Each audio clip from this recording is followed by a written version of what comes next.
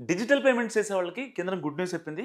ఇకపై 5,00,000 కాదు 10,00,000 పర్ డేలో ట్రాన్స్‌ఫర్ చేయొచ్చు. సో, పర్సన్ టు మర్చెంట్ అయితే ఏదన్నా వ్యాపారం కావచ్చు, గోల్డ్ కొన్నా కావచ్చు, లేకపోతే ఎవరన్నా బిజినెస్ మ్యాగ్నెట్స్‌కి కావచ్చు. మనం ఒకే ట్రాన్సాక్షన్‌లో పర్ డేకి 10,00,000 రూపాయలు పంపించొచ్చు. నిజంగా ఇది చాలా మందికి గుడ్ న్యూస్ అని చెప్పుకోవచ్చు.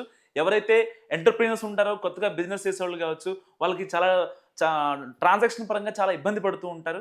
ఆర్‌టీజీఎస్సో, నెఫ్ట్‌నో నమ్ముకుంటారు. సో, ఇప్పుడు ఫోన్‌పే త్రూగానే అండ్ డిజిటల్ పేమెంట్స్ ఏవైతే ఉన్నాయో దాని త్రూగా పర్ డే 10,00,000 పంపించొచ్చు.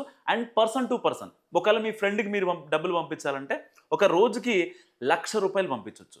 సో, ఒకే నంబర్‌కి ఒక రోజు రూ. 1,00,000 పంపించొచ్చు. ఇక మీరేమన్నా గోల్డ్ పరంగా ట్రాన్సాక్షన్స్ అనుకోండి, వాటికి 5,00,000 వరకు ట్రాన్స్‌ఫర్ చేయొచ్చు.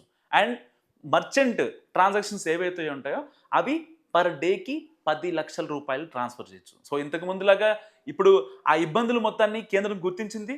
సో, అందుకే యూపీఐ ట్రాన్సాక్షన్ చేసే వాళ్ళకి ఒక రకంగా సెంట్రల్ గుడ్ న్యూస్ చెప్పిందని చెప్పుకోవచ్చు.